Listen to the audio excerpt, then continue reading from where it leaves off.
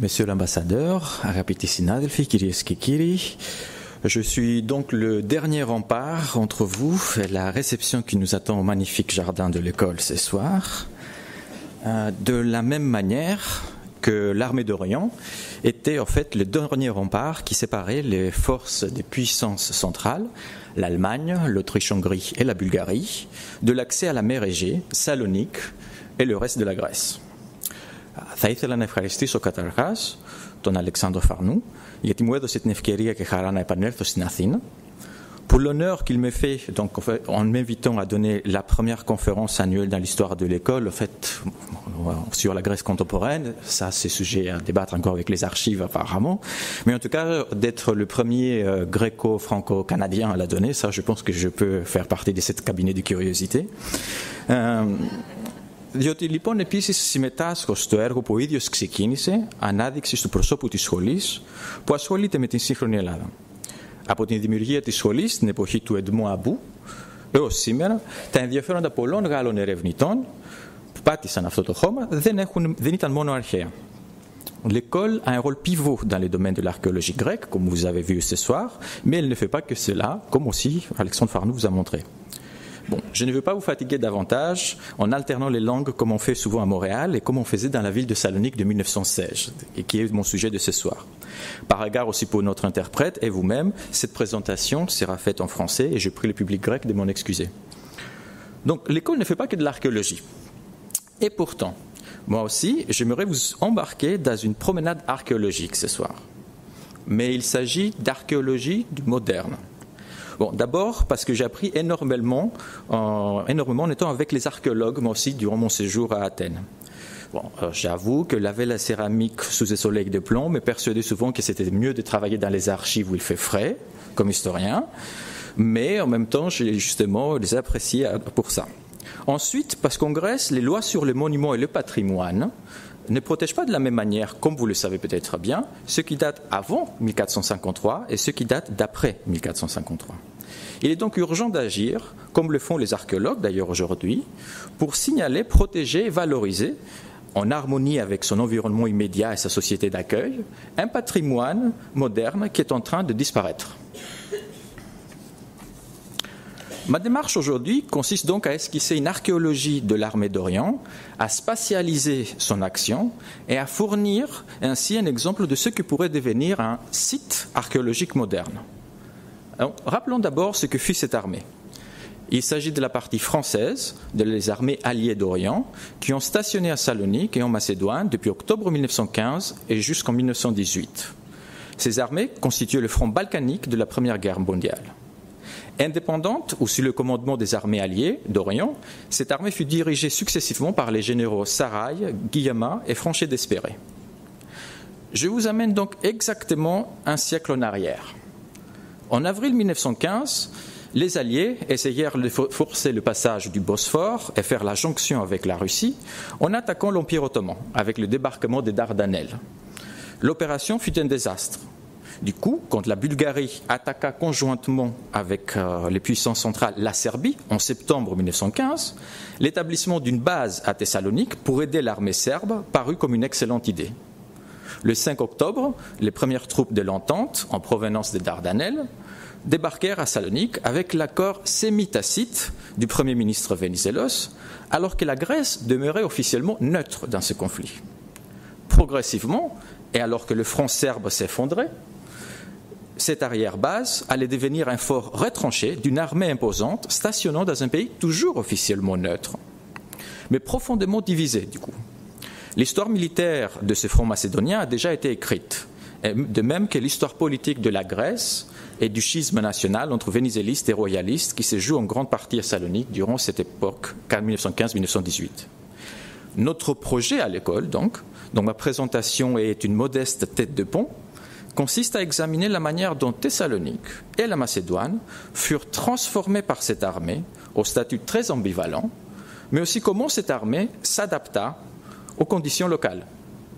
D'un côté donc, nous avons une armée qui arriva sans savoir clairement ce qu'elle faisait là, comme l'avoua le général britannique commandant le premier débarquement. De l'autre, une ville Thessalonique, qui fut réveillé tout de suite de sa torpeur grâce à un coup de baguette magique, comme l'a écrit éloquemment un témoin de l'époque. Sans cette armée, l'histoire grecque et même l'histoire européenne auraient été considérablement différentes. Pourtant, la Première Guerre mondiale est largement oubliée en Grèce, de la même manière que l'armée d'Orient est oubliée en France. Et notre démarche prend donc la forme d'une enquête. Dans cette enquête, nous avons donc besoin d'une approche archéologique. Identifier des indices matériels, là où le public non averti ne voit peut-être pas grand-chose. Croiser ces indices avec des sources d'une autre forme, archivistiques, photographiques, littéraires ou autobiographiques, en Grèce, en France, mais aussi ailleurs. Utiliser les humanités numériques, enfin, pour reconstituer à la fois le microscopique, c'est-à-dire Thessalonique et Macédoine 1915-1918, et le macroscopique, c'est-à-dire une histoire globale de l'armée d'Orient. Et pour nous aider dans cette quête, nous avons aujourd'hui des caricatures. Celles qui illustrent le carton d'invitation que vous avez reçu. Que voit-on donc sur cette carte, sur ce dessin de Goyer ? 24 personnages y figurent. Il faut les comprendre comme des indices. Sur ces 24 personnages, 9 hommes portent des uniformes militaires, plus ou moins différentes, témoignant d'une certaine diversité. Les 10 civils sont aussi assez diversifiés, témoignant de la diversité ethnographique de Thessalonique et plus largement de la Macédoine de l'époque. Il y a aussi 7 femmes et 16 hommes. Sur les 7 femmes, 4 portent des uniformes. Voilà quelques premiers indices. Mais qu'est-ce qu'on ne voit pas ? L'historien comme l'archéologue est un détective, travaillant en fait avec des indices. Et nous allons suivre ces indices pour essayer de reconstituer dans les minutes qui suivent, d'abord la mécanique, c'est la partie la plus longue de ma présentation, puis l'esthétique d'une armée qui était en fait assez atypique. Et démarrons donc notre voyage d'abord par la mécanique, c'est-à-dire le fonctionnement d'une armée mobilisée pour faire la guerre et qui se trouve en plein cadre urbain. Je souhaite vous prévenir d'une chose.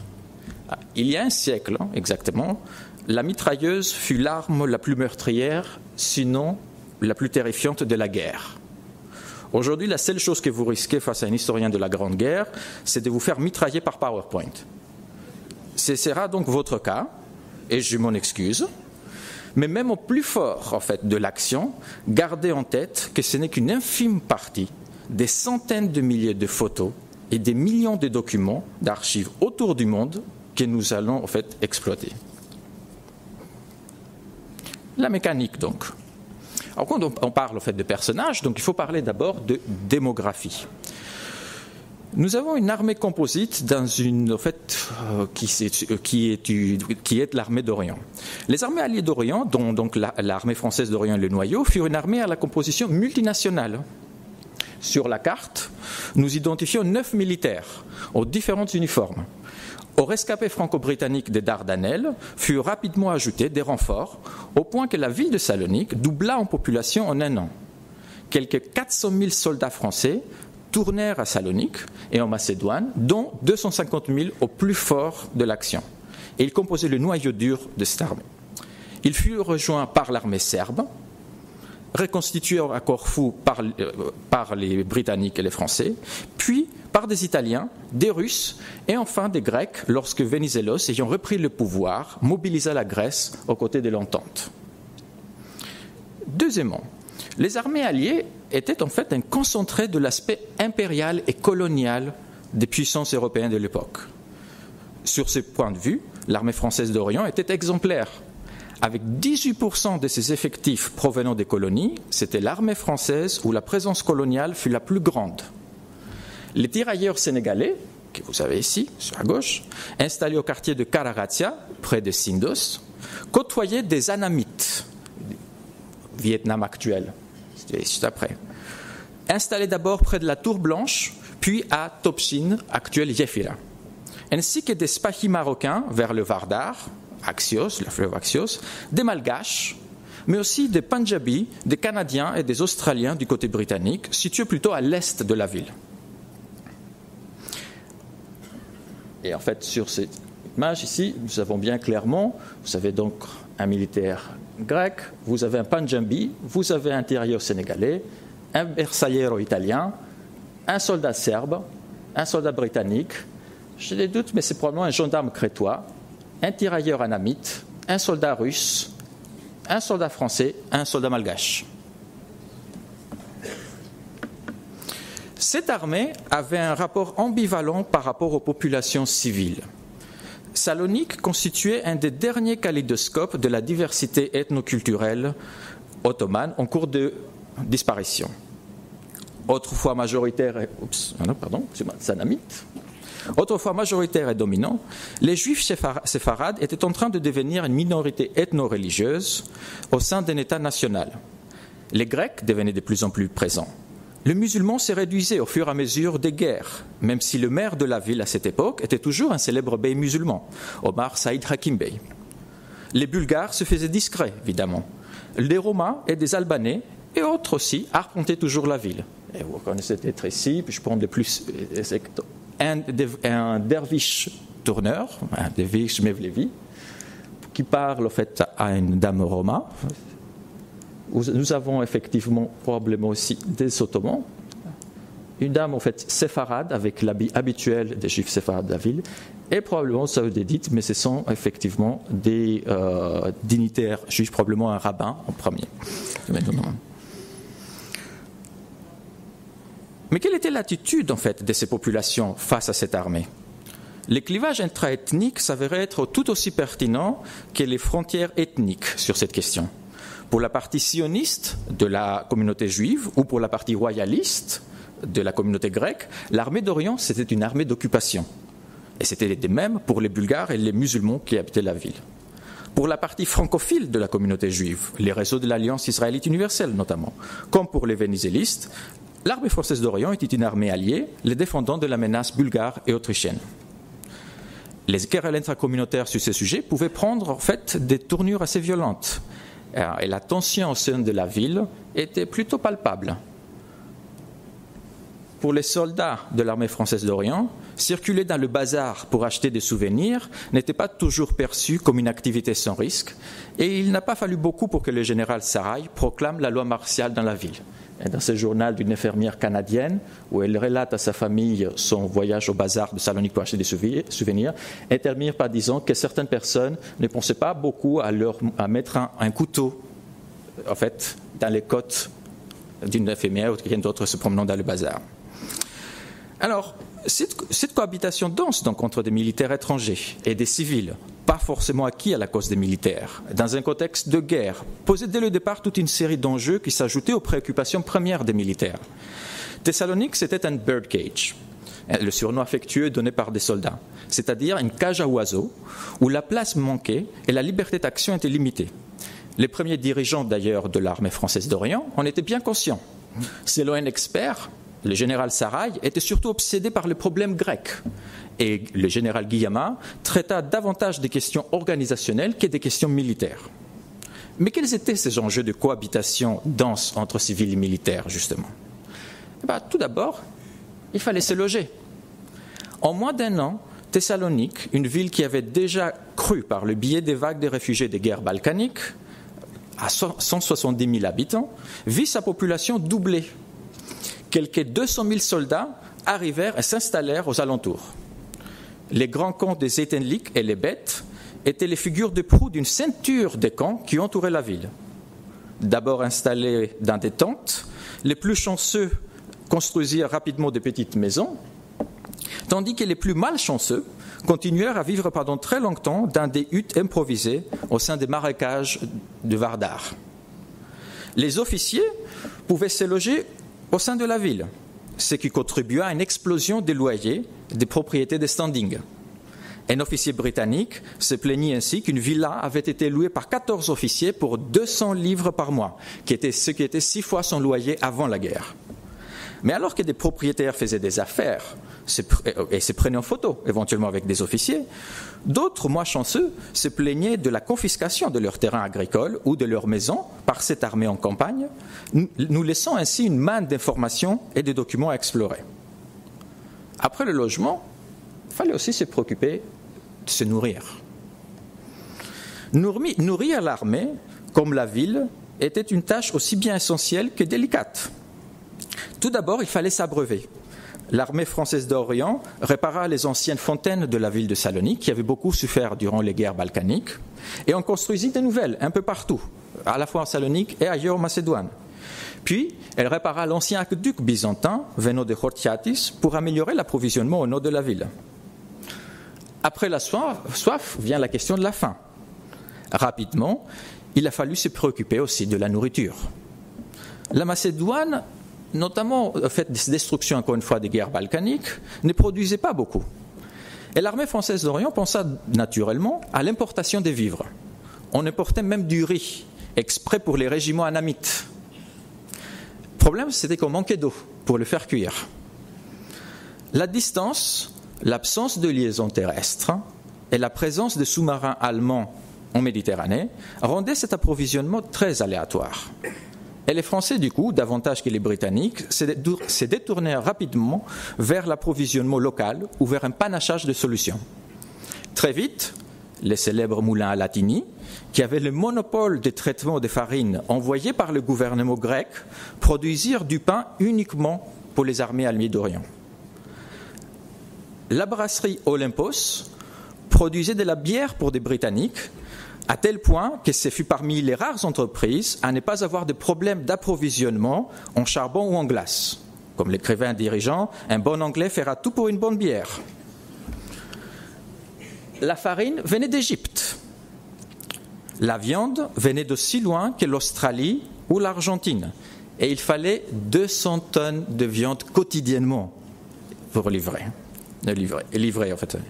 Les fruits et légumes frais venaient d'Italie via l'Albanie ou le canal de Corinthe. Ils étaient stockés dans des bâtiments frigos construits par l'armée. Mais les soldats stationnés loin de Salonique n'en voyaient presque jamais la couleur des légumes frais. Les légumes séchés constituaient leur lot de misère quotidien, au point que le Big Nine, c'était un célèbre laxatif produit par l'armée britannique, en était un complément presque indispensable. Sinon, ils devaient se mettre à cultiver leurs propres légumes, d'où d'ailleurs l'une des origines de leur surnom donné par Clémenceau des jardiniers de Salonique. Cette situation avait évidemment un impact sur le marché de la nourriture. Les prix grimpaient en raison de la présence des soldats. Le marché noir prospérait. Et les marchands qui pouvaient s'assurer la reprise des stocks avariés de l'armée française d'Orient les écoulaient à prix d'or sur le marché local. La contrebande, notamment en provenance de la Grèce du Sud, s'est développée. Les tentatives de vol des stocks de l'armée française d'Orient, afin de les liquider dans le marché noir, s'est multipliées. Et sa surveillance accrue des stocks et la punition exemplaire devint rapidement la règle. La rareté de la nourriture posait aussi la question de l'innovation. Le menu du soldat contient des plats qui puissent paraître atypiques, qui fut à l'origine, par exemple, de la popularité de la tortue, comme mets d'excellence parmi des soldats. Je ne dirais pas ça aux tortues de l'école, en fait. N'y ayant jamais goûté auparavant. Des soldats qui n'avaient jamais goûté de la tortue devient quelque chose au fait qui est très courant. Afin de favoriser les vocations, l'armée d'Orient fonda même une école agricole destinée à enseigner les nouvelles techniques et cultures aux populations rurales de Salonique. Tout cela pose évidemment maintenant la question du transport. Le port de Salonique était bien clairement la clé de voûte du système, au point que son entrée, donnant sur la place de la Liberté, fut rapidement reliée par une nouvelle avenue, appelée l'avenue de la Base, qui les liait aussi à la porte du Vardar, surnommée d'ailleurs Piccadilly Circus, du fait de sa circulation chaotique, et parce que c'est de là que partaient en fait, les deux grandes routes principales de la ville. Ne disposant que de 2 docks avant la guerre, le port fut transformé par les Alliés, et notamment l'AFO. Les Français construisirent une dizaine de docks et développèrent l'accès ferroviaire du port, comme vous pouvez voir d'ailleurs, tandis que les Britanniques disposaient de 2 docks supplémentaires et 2 autres à l'ouest de la ville, près de leur campement de Calamaria. Le système ferroviaire était bien évidemment aussi important pour les transports. Et les ingénieurs de l'AFO multiplièrent viaducs et autres ouvrages indispensables pour le transport, troupes, marchandises. Mais le transport routier faisait l'essentiel du travail, à l'époque comme aujourd'hui. Les 2 et seules routes principales dignes de ces noms vers Monastir, l'une, à l'est, en passant par Woden, c'est-à-dire Edessa, aujourd'hui, et vers Serres, l'autre, furent construites et reconstruites maintes fois par les ingénieurs français pour la première et anglais pour la seconde. La combinaison du mauvais temps hivernal et de l'usage à outrance de la route par les camions transporteurs nécessitait des accès d'imagination et d'innovation pour les maintenir en état de fonctionnement. Leur état rendait d'ailleurs le travail de chauffeur bien difficile, que vous pouvez imaginer, et périlleux. Et il n'était pas rare, d'ailleurs, qu'un chauffeur routier quitte Salonique le matin pour Strumonas ou Woden et Edessa à 4 heures du matin, uniquement pour rentrer à 9 heures du soir. C'est une route qu'on ferait aujourd'hui en 2 heures aller-retour, enfin aux 2 heures. Mais bien souvent, passé à un certain point, les transports devraient se faire par la mule ou à cheval, voire à chameau, ou le moyen de transport local, le chariot à buffle. 200 000 chevaux et mules servirent aussi aux Macédoines et furent bien souvent amenés d'Australie ou d'Afrique, comme leur nourriture par ailleurs. Et en fait, on peut reconnaître ici, hop, ça a bougé, non, on peut reconnaître ici, le soldat australien, responsable en fait, des transports avec les marins français supervisant le débarquement des chevaux et des mules du bateau.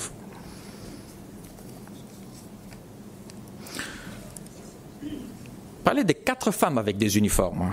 Eh bien, la présence des infirmières nous invite à penser maintenant à la question des soins et de la santé. Le front d'Orient était davantage un enfer qu'une sinécure. Du Vardar, Axios, à la Struma, Strimonas, en passant par Salonique, les marécages étaient omniprésents dans la région et propices forcément au développement du paludisme durant les mois chauds de l'été. Très rapidement, l'armée d'Orient monopolisa d'ailleurs le stock de paraffine disponible en ville au profit des marchands qui pouvaient la procurer. Les campagnes de distribution de quinine se multiplièrent. Des célèbres épidémiologistes sont venus dispenser leurs conseils. Et quand le paludisme s'est calmé, le typhus, la dysenterie et diverses salmonelloses se mettaient à sévir. C'est d'ailleurs dans un hôpital militaire de Salonicien que le docteur Hirschfeld isola le bacille de la salmonelle qui provoquait le typhus. Enfin, les collines et les montagnes, qui étaient le havre de repos habituel face aux moustiques et aux salmonelles durant l'été, devenaient évidemment un piège glacial durant l'hiver. Je viens du Canada, je sais quelque chose de ça. Les malades et blessés affluaient donc en ville.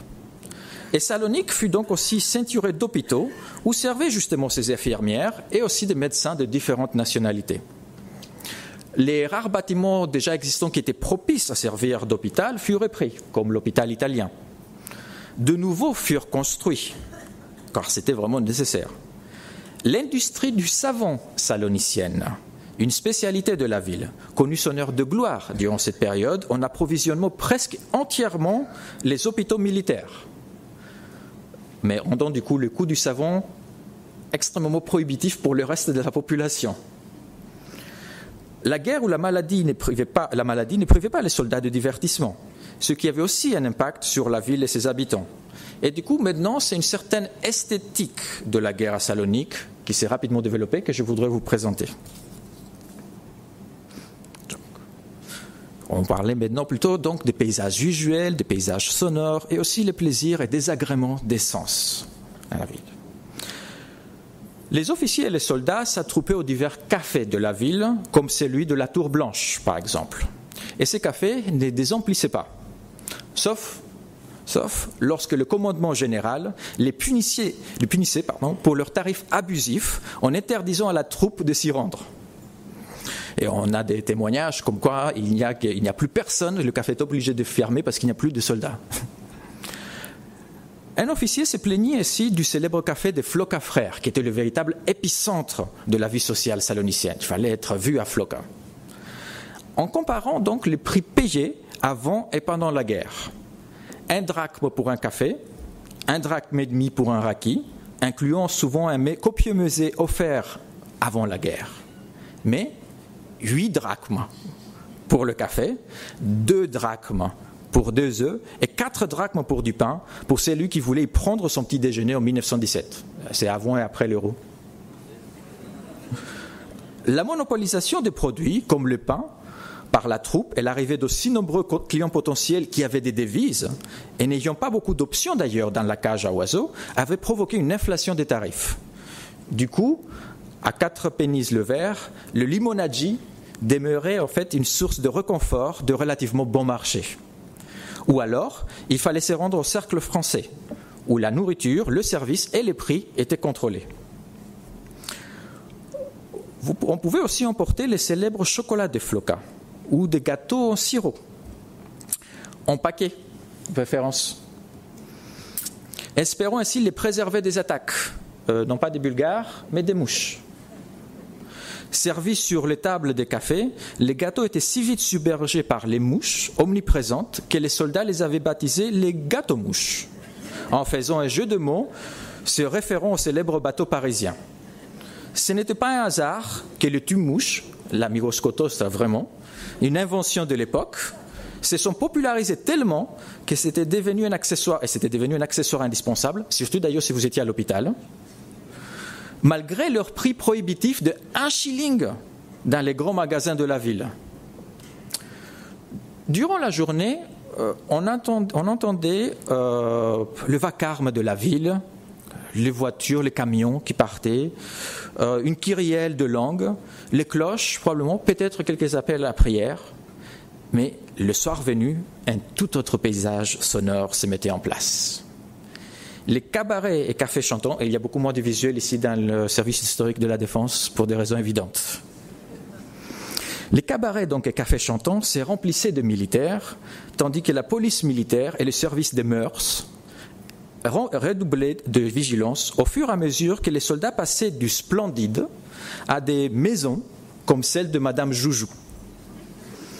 Puis, si on y réfléchit bien, il y avait à Salonique 60 000 femmes et 300 000 hommes. Avec tout ce que cela a pu impliquer au niveau des rapports du genre. Sans doute pour limiter la popularité des nids de débauche, mais aussi pour accroître sa popularité auprès des locaux, que le commandement de l'armée développa le principe des bandes militaires qui jouaient par rotation au centre-ville. Et chaque en fait, composante de l'armée avait sa bande militaire qui était censée se présenter en ville d'ailleurs et faire en fait, un spectacle. Tandis en fait, en même temps qu'il y a des véritables compagnies de théâtre, entièrement masculine évidemment, avec ce que cela impliquait pour les rôles à tenir dans la pièce, se mettaient en place dans les différentes unités et tournaient au front.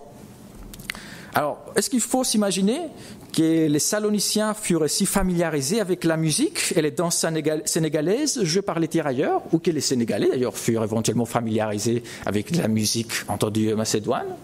En tout cas, il y a probablement des questions pour discuter de l'hybridisme sur ces questions. Il y a eu aussi un véritable apprentissage à faire pour les soldats et pour les civils. En tout cas, il est donc certain que les efforts de discipline morale n'ont pas limité la propagation des chansons paillardes françaises, comme notamment la célèbre Madelon, jouée et chantée par cette armée hétéroclite à Salonique. On en trouve trace à plusieurs endroits, et si c'est le moment où on peut faire nos cabarets ou karaoké.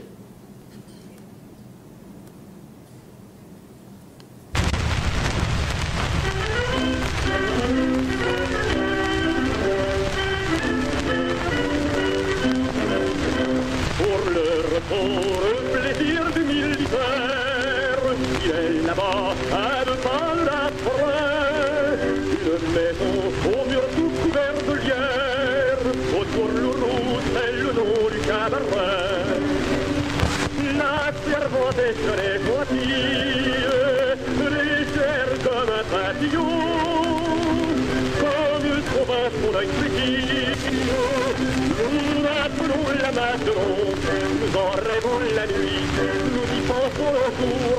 Ce n'est que Madelon, mais pour nous faire amour. Madelon, je t'arrive à voir. Nous la tenons au point de son décor. Et chacun, une chanson d'histoire. Une histoire de sa façon.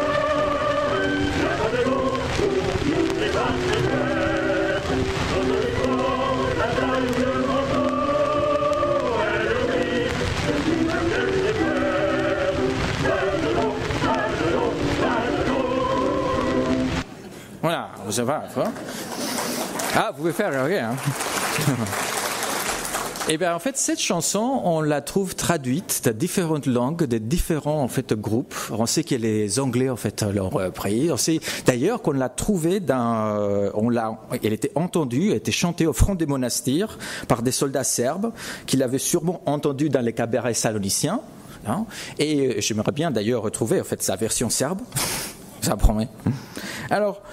Soldats et civils pouvaient aussi se rendre au cinématographe, dont le plus célèbre, l'Olympia, situé sur le quai de Salonique, jouait les derniers répertoires venus d'Europe, panachés aussi parfois avec une production locale. Et ici, on jouait Byzance et la chute de Constantinople. Mais qu'on choisisse café et cabaret au cinéma, il fallait presque disposer des lunettes de vision pour voir à travers le brouillard, non pas des gaz chimiques des tranchées, mais de la fumée des diverses cigarettes, pipes et cigares. Si les soldats de base ne pouvaient pas compter sur les cigarettes de qualité anglaise rendues rares par les aléas du transport maritime et du coup réservées aux seuls officiers, ils pouvaient tout de même espérer mieux que le tabac de troupes de mauvaise qualité qui lui était destiné, notamment grâce à sa célèbre production de tabac local de Macédoine. Avec un peu de chance, et grâce aussi à la contrebande entre l'Empire ottoman, l'Égypte et Salonique, effectuée par de nombreuses firmes saloniciennes, et non pas les moindres, qui accroissaient ainsi leurs revenus, malgré les dangers évidents, ils pouvaient même espérer trouver des cigares. Les partisans de modes de vie plus sains pouvaient s'adonner au sport, jouant au tennis, où les infirmières d'ailleurs n'étaient pas du reste, émerveillant les nombreuses filles locales travaillant à l'hôpital et venues les voir. L'impact d'ailleurs des infirmières sur la féminité locale fut aussi impressionnant qu'est d'ailleurs sous-étudié. Au fur et à mesure de la guerre en fait, et notamment avec l'arrivée début 1918 de la YMCA aussi à Salonique, on a pu aussi, et les Saloniciens purent découvrir des sports comme le basket, dans lesquels, comme tout le monde sait, ils excellent par la suite. Au même titre, d'ailleurs, que les soldats se familiarisaient avec la culture orientale du hammam. Et comme en bon commerçant, on mettait d'ailleurs en fait, le nom du hammam dans les différentes langues, c'est ça, pour attirer les soldats. D'autres pouvaient s'adonner aussi à la véritable archéologie. Enfin, il va parler des ruines. Et la chasse aux antiquités. Plus ou moins organisé d'ailleurs. Un sujet qui est d'ailleurs bien connu, c'est pour ça que je ne mets pas plus d'attention ici aujourd'hui, est connu très bien, redevenu d'actualité depuis la fameuse affaire d'Amphipoli, comme Alexandre Farnu a parlé. Mais ceci nous amène donc à la conclusion de notre tour archéologique de Salonique et de l'armée d'Orient. Pour conclure, je souhaiterais revenir sur mes deux affirmations en introduction. Sans l'armée d'Orient, l'histoire grecque et même l'histoire européenne auraient été considérablement différentes. Pourtant, deuxième affirmation, la Première Guerre mondiale est largement oubliée en Grèce de la même manière que l'armée d'Orient est oubliée en France. En Grèce, la Grande Guerre est véritablement grande, car c'est une décennie guerrière qui démarre en 1912 avec les guerres balkaniques et ne se termine que par une défaite à la guerre gréco-turque de 1922. Comme l'ont souligné les historiens, comme Kostas Kostis, cette défaite, après prolongation, explique l'oubli et la non-commémoration de la Première Guerre mondiale, contrairement à d'autres pays européens, alors qu'elle a été déterminante dans la formation de l'État grec. Il suffit d'ailleurs de comparer avec la Deuxième Guerre mondiale et la guerre civile, pour laquelle bientôt nous aurons une thèse de doctorat par village. Du coup, l'oubli de l'armée d'Orient en France peut paraître d'autant plus surprenant que la Première Guerre mondiale est omniprésente dans l'imaginaire national français. L'armée d'Orient pâtit en fait de la légende, ou plutôt du mythe, de l'armée qui ne s'est pas battue, parce que ce n'est pas vrai, symbolisé par le colibé de Clémenceau, des jardiniers de Salonique, ou des Salonika Gardeners en anglais. Exclu du monument du soldat inconnu, inauguré en 1920 en France, l'armée d'Orient a dû attendre 1927 pour avoir un monument, mais un monument bien séparé des autres.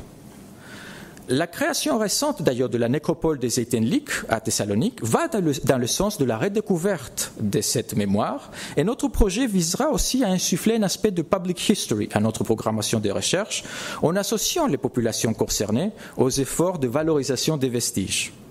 Après tout, c'est de leur histoire soit familiale, soit locale qu'il s'agit. Mais le programme de l'EFA va aussi au-delà de juste une réparation d'injustices mémorielles.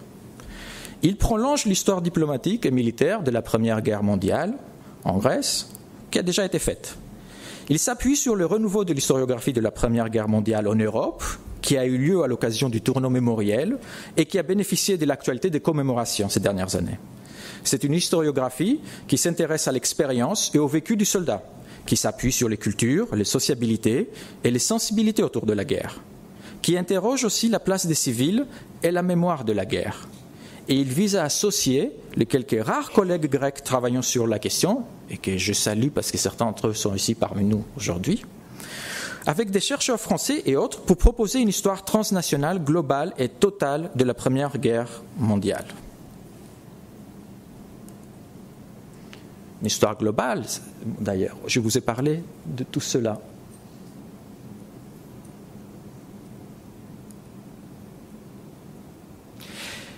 Et vous pouvez aussi imaginer les connexions, et vous pouvez aussi imaginer à une autre échelle la Macédoine, avec une même présentation, puis aussi la ville de Salonique, avec une même présentation, avec les différents vestiges et différentes présences. Donc 3 échelles différentes.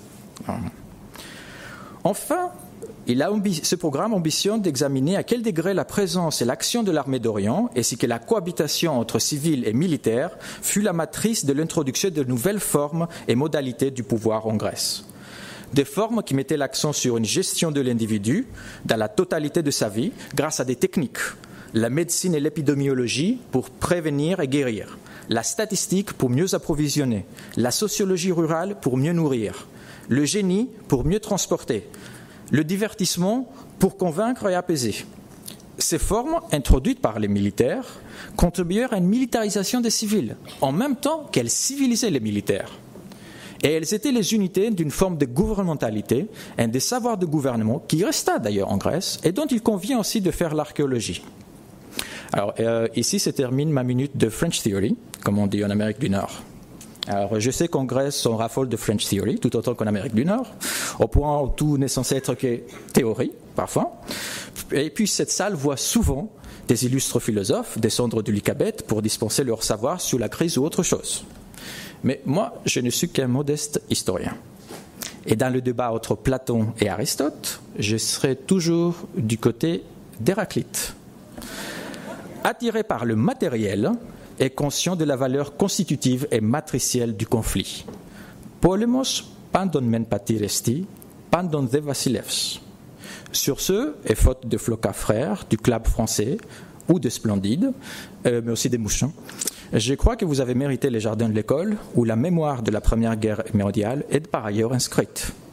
Il reste à l'école de contribuer à son archéologie et son histoire. Ça, c'est Aristote.